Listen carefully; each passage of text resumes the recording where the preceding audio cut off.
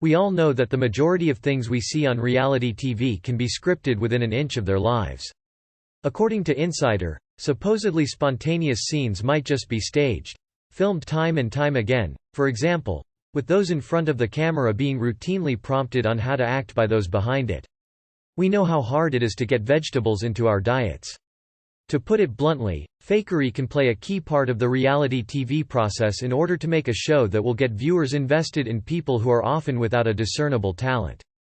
But while you may expect what's said to be fabricated, you probably don't expect the sound these stars make while saying it to be. This is especially true if we have partners who think a meal isn't really a meal without some meat in it, or kids who are super-duper picky eaters and only have a handful of go-to foods they won't make a fuss about. However, the health benefits of adding more fresh vegetables to our diets is clear. We know they're packed full of vitamins and minerals our bodies need, and that the prebiotic fiber is great for our digestive systems and for helping healthy bacteria grow in our guts. So we know for sure we should be eating more veggies, and that our families should be, too, but it can be hard to actually make it happen. We totally get it. And that's why we put together this list of super easy plant-based meals that even carnivores can really get behind. There are a few themes that will be easy to pick up here. A lot of these recipes are plant-based iterations of flavors that are going to be familiar and already beloved by the family.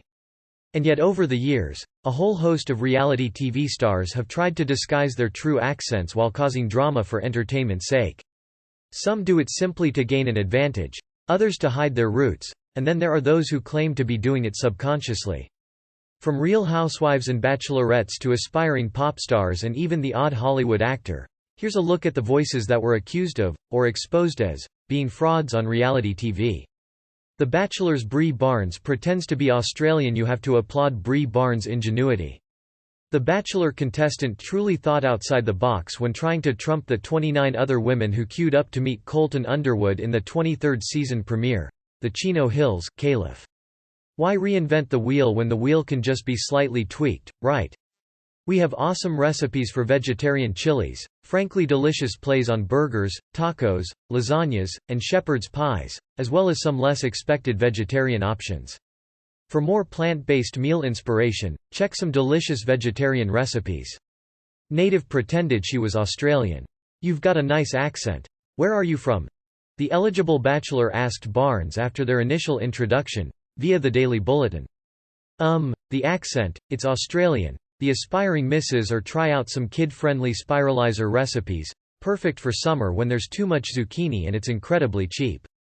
Or, try going meatless in the mornings with easy vegetarian breakfasts to help get the family into plant-based foods without interfering with dinner time. Lentil tacos are incredibly flavorful and healthy substitute for beef tacos. Underwood replied, "I was hoping that you're kind of a sucker for accents." However, in the piece to camera that followed, Barnes admitted, "I'm not really Australian, but you have to do what you can to stand out." The model, who was 24 years old at the time, managed to dupe Underwood for her entire stint on the hit ABC show. But her Aussie twang wasn't enough to keep her in the competition for that long. She was dumped after just 3 weeks. Undeterred, Barnes went on to grace spin-off Bachelor in Paradise. Only this time she stuck to her own Southern Californian drawl. The filling mixture would also work in a taco salad or in burritos, and it also freezes beautifully. And she was also the one doing the dumping, too. Yes, the 6th-season latecomer initially accepted a rose from Bachelor Matt Donald. However, she called time on their budding relationship just 24 hours later. Stephanie Pratt starts sounding British on the Hills. New Beginnings reality TV stars don't get much more Californian than those on the Hills. The texture is dense and meaty enough even carnivores will love it. Chickpea spinach stuffed sweet potatoes. How great is a stuffed potato of any kind? Which is why everyone was baffled when one of its most notable stars, Stephanie Pratt, suddenly sounded as British as Queen Elizabeth herself when she returned to the franchise for 2019 reboot, The Hills, New Beginnings. Pratt soon explained to ET that the 6 years she'd spent living in the United Kingdom was to blame for her change in accent. "I was asking someone when I first landed, is it bad? And they said, it's so bad." These chickpea spinach stuffed sweet potatoes are a delicious, economical meal that's also so perfect for making ahead and reheating for dinner later in the week. Roasted vegetable naan flatbread made with pre-made naan. This roasted vegetable non-flatbread is such an easy vegetarian weeknight dinner. It would be so good paired with a fresh side salad, too, although there are so many veggies on it already. Soba noodles with edamame and spicy peanut sauce. We love this soba noodles with edamame and spicy peanut sauce hot and fresh, but it's honestly even better when it's cold the next day. You sound crazy. The socialite had also enjoyed 8 seasons surrounded by very posh Londoners in Made in Chelsea, as well as appearing on other British shows, such as Celebs Go Dating and Celebrity Big Brother. And she revealed that the accent slips out more when she's had a glass of wine or two. While most of Pratt's castmates appeared to find her putting early "Oh Madonna" to shame rather amusing, her estranged famous brother reacted a little differently. Take it on picnics or pack it for lunch to take to work. Coconut fried rice. This recipe for coconut fried rice only uses 1 tablespoon of oil for a batch that can serve 4 to 6 people, so it's a way healthier version of fried rice than we're used to. This is delicious, creamy, healthy, and indulgent tasting. Everyone will love it. Vegan gyros. These vegan gyros are really delicious because they're so well spiced, and the vegan play on tzatziki sauce that comes with it really ties it all together. The texture of the portobellas does a great job taking the place of meat, too. Roasted vegetable lasagna. This roasted vegetable lasagna is an incredibly satisfying plant-based meal. With so much going on, nobody's even going to miss the meat and dairy. However, vegetarian lasagna made with regular ricotta mix works for a vegetarian, not vegan, meal as well. Seriously, the best lentil shepherd's pie. Seriously, the best lentil shepherd's pie is such a delicious, filling, wholesome take on the traditional classic. Make in a cast iron skillet or a casserole pan, whichever makes more sense. As reported by People, while live tweeting the premiere of The Hills' New Beginnings, Spencer Pratt commented, "Stephanie and her accent have a lot in common. They're both fake as hell. Meow." Real Housewife Dorit Kemsley claims she can speak in any accent she wants. You can always trust a real housewife to call someone out. Freezes well, too. Can't believe it's vegetarian chili. This vegetarian chili is called Can't Believe It's Vegetarian Chili for a reason. And that's exactly what Erica Girardi did when Dorit Kemsley joined the cast of the Beverly Hills spin-off for its 7th season in 2016. As reported by Us Weekly, the reality TV star wondered, like everyone else at home, why a woman born and raised in Connecticut sounded like she hailed from the other side of the Atlantic. Still, Kemsley was so entirely unapologetic about her unlikely British twang that she even boasted about it in her tagline. When you've traveled the world, you can speak in any accent you want. However, in a 2017 interview with The Daily Dish, Kemsley did go some way in explaining the confusion, claiming that the natural London accent of her husband, property developer Paul Kemsley, was so thick that it had rubbed off on her. The star also referred to her decade traveling to and from Europe, where she had to change how she spoke just to be understood. "I had a tendency to over-enunciate, so I think at times some of my English is part that and part inflection. And being around a lot of Europeans and a lot of Brits, you just become a product of your environment really." Kemsley added, "That's who I am. That's the way I speak. I don't hear it. Naturally gluten-free, it's made just as well on the stovetop as it is in the Instant Pot or the crock-pot. It also freezes beautifully." Spinach artichoke enchiladas. Spinach artichoke is such a classic combo, and we absolutely love it in these spinach artichoke enchiladas. My husband doesn't hear it, but it's definitely become a topic of conversation. Lindsay Lohan goes Greek on Beach Club. Following her self-titled docuseries on Oprah Winfrey's own network, Lindsay Lohan once again embraced the world of reality in 2019 when she opened up her beach club in Mykonos to the MTV cameras for a 12-part series. But while the former child star no doubt wanted the focus to be on her entrepreneurial spirit, viewers were more intrigued by the latest development in her ever-changing accent. But first, some history. Just 3 years previously, the Mean Girls alum left everyone baffled at the opening of another Greek venture, when she debuted a pan-European accent, which W magazine described as part Melania Trump, part Borat. Having spent even more time in the country with business partner, and rumored beau, Dennis Papageorgiou since then, Lohan sounded even less like her old New York City self. Asked about the issue while promoting the imaginatively titled Lindsay Lohan's Beach Club on ET, the redhead replied, "Well, I think it's because actresses I think when I'm around certain dialects it changes each time." A sneaky way to get everyone in the family to eat more veggies is to douse them in delicious cheese, right? Vegetarian stuffed acorn squash. We love how delicious and economical this vegetarian stuffed acorn squash is. And you just pick things up along the way. It's a smart use of leftover quinoa, and if there's one too many halves, they keep in the fridge for a couple of days.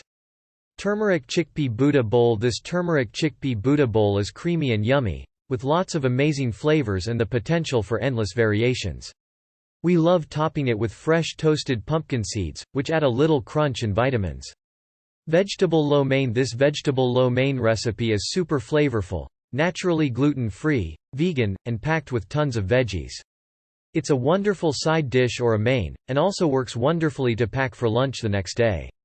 Vegan dirty rice. Vegan dirty rice is such a delicious, healthy play on a Southern classic. A little bit of New Yorker, they all start to come back. That's cleared that up then. Made in Chelsea's Georgia. Toffolo might not really be that posh, of course. It's not just American reality stars who get accused of trying to disguise their true accents. To be honest, the Creole seasoning is what really makes this dish sing, and we don't even miss the meat part of it. Georgia Toffolo of Made in Chelsea.